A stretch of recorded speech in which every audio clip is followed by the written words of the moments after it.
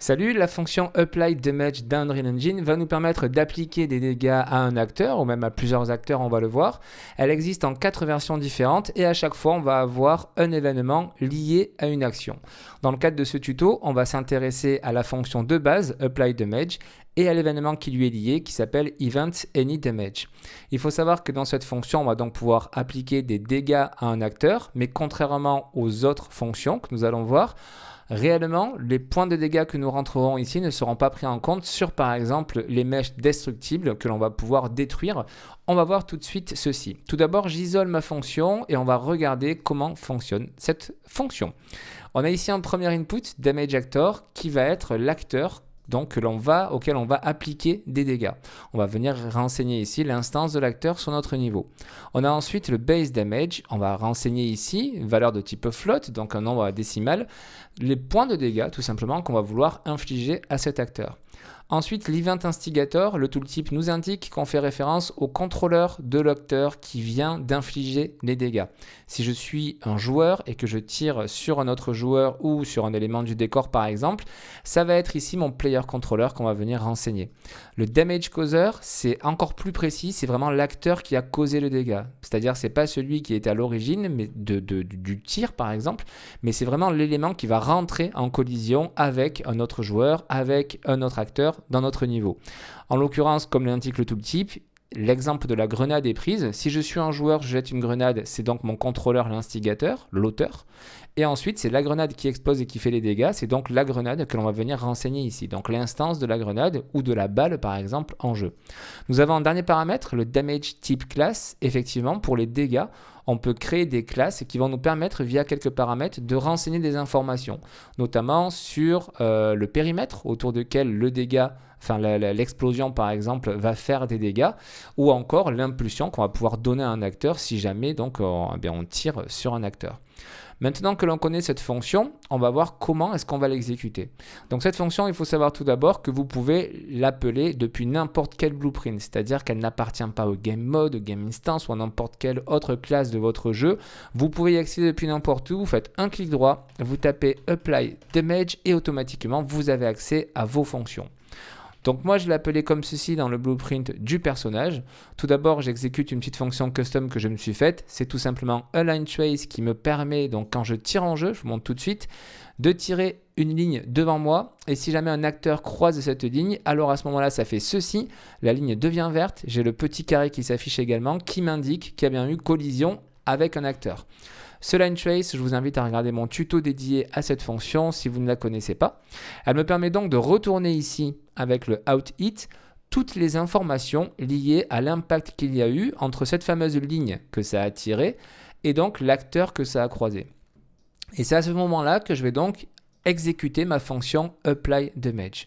Juste une précision, dans ma fonction custom, j'utilise un line trace, mais vous pouvez très bien utiliser n'importe quel autre moyen à partir du moment où il y a un hit et que vous allez pouvoir exploiter justement le hit, c'est-à-dire la collision qu'il y a eu. Donc ma fonction Apply Damage, je délie tout ce que j'avais mis pour pouvoir le refaire avec vous et bien vous réexpliquer. Il y a ici un premier paramètre extrêmement important qui est l'acteur auquel on va appliquer les dégâts. Et je vous dis que c'est très important parce que cette fonction, qu'est-ce qu'elle va faire quand elle va être exécutée? Eh bien la première des choses qu'elle fait, c'est récupérer l'acteur qu'il y a ici et elle va analyser la classe de l'acteur. Et c'est là où ça va être très important parce que si je tire sur mon ennemi, donc je vais mettre un ennemi ici, ça va aller dans la classe de mon ennemi, donc le blueprint ennemi, et ça va chercher ce node, Event Any Damage. S'il n'y a pas ce node, ça ne fera rien.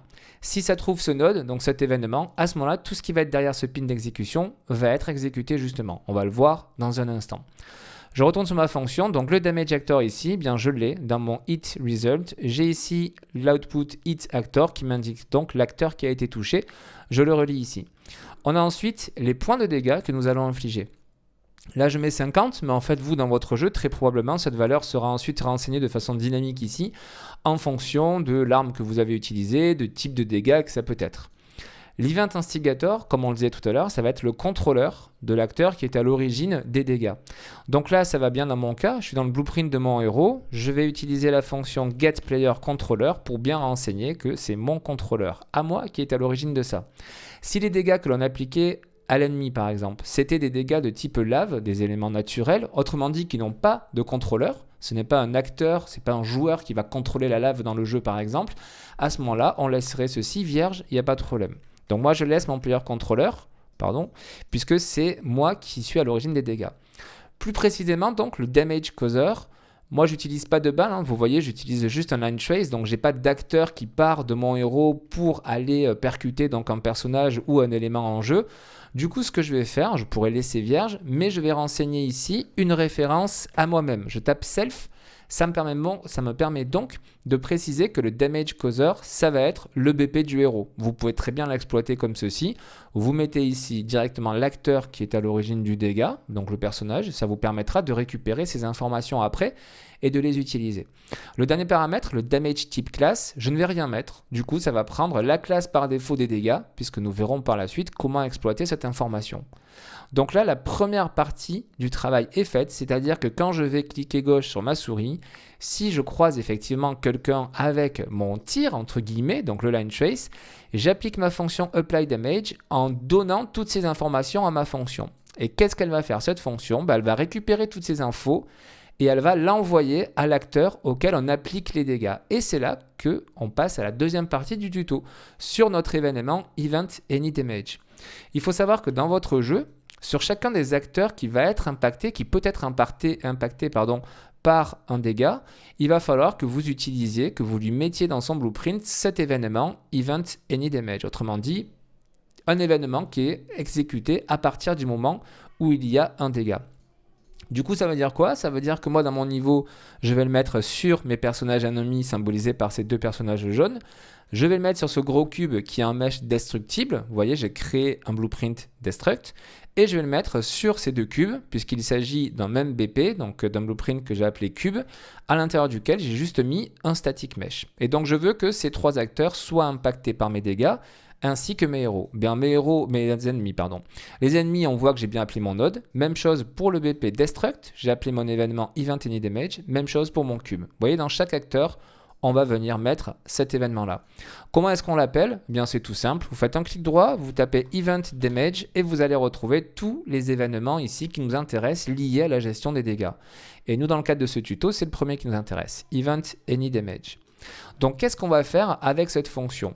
Pour l'instant, moi, je m'en sers, comme vous le voyez, pour afficher des informations à l'écran. C'est-à-dire qu'on va récupérer ici dans l'output toutes les informations que l'on a passées au préalable dans notre fonction apply damage ici. C'est-à-dire qu'on va récupérer les points de dégâts, le contrôleur, le causeur et la classe. Si je reviens sur mon événement, les points de dégâts, la classe de dégâts, le contrôleur et le causeur. Donc vous voyez, on a bien toutes les informations qui nous sont retournées.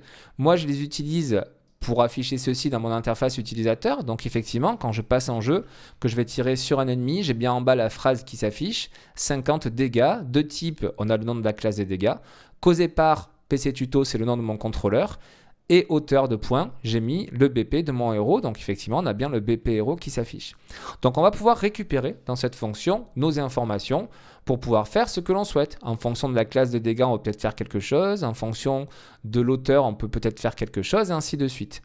Vous remarquez que pour l'instant, je ne vous parle pas de points de vie, on parle uniquement de points de dégâts. Effectivement, dans Unreal, on n'a pas la vie qui existe au sein des caractères, des classes de type caractère. Donc si vous voulez gérer la vie d'un personnage, vous êtes obligé de passer par une variable que vous créez vous-même qui va vous permettre de gérer la vie. Pour vous montrer rapidement comment vous pouvez exploiter ceci, j'enlève toutes ces informations qui me permettaient donc d'afficher à l'écran ce que l'on voyait. Je dégage tout ça un petit peu de côté. Et comment est-ce que je pourrais faire pour enlever de la vie à mes personnages ? J'ai créé une fonction très rapide qui s'appelle gestion vie. Je vais vous la montrer dans un instant. Je vous la montre tout de suite. Cette fonction gestion vie, elle est très sommaire. Elle met à jour la vie du caractère du personnage en question en prenant sa vie à l'instant T et en enlevant, en soustrayant donc la valeur qu'on passe en paramètre de cette fonction gestion vie. Ceci nous donne notre fonction gestion vie ici.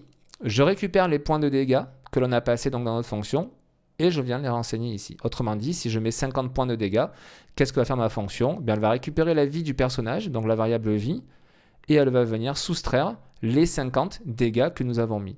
J'insiste vraiment pour que vous compreniez bien que c'est parfait pour utiliser justement la gestion de la vie d'un personnage, mais que pour autant, le damage ici n'a pas de lien direct avec la vie d'un personnage. La vie d'un perso n'existant pas dans Unreal, c'est vraiment des valeurs que vous allez créer vous-même. Enfin, je vais terminer là-dessus. Vous allez remarquer que je tire sur un ennemi, que je tire sur un static mesh, qui pourtant a la physique activée. Autrement dit, ce mesh, on peut lui appliquer lors d'un impact un mouvement en fait, un impulse qui va permettre de faire bouger notre objet. Et également notre destructible mesh qui est censé pouvoir exploser lors de l'impact avec la balle. Vous voyez qu'avec cette fonction Apply Damage, il n'y a pas réellement de gestion de dégâts qui est infligé à nos acteurs. Et ça, on va pouvoir le faire avec nos autres fonctions que je vous ai présentées au tout début et que vous retrouvez sur ma chaîne en tuto à partir de la fonction donc Apply Point Damage qui, elle, contrairement à cette première fonction Apply Damage, va vraiment appliquer des dégâts à l'acteur. Je vous invite à regarder les tutos pour voir ceci.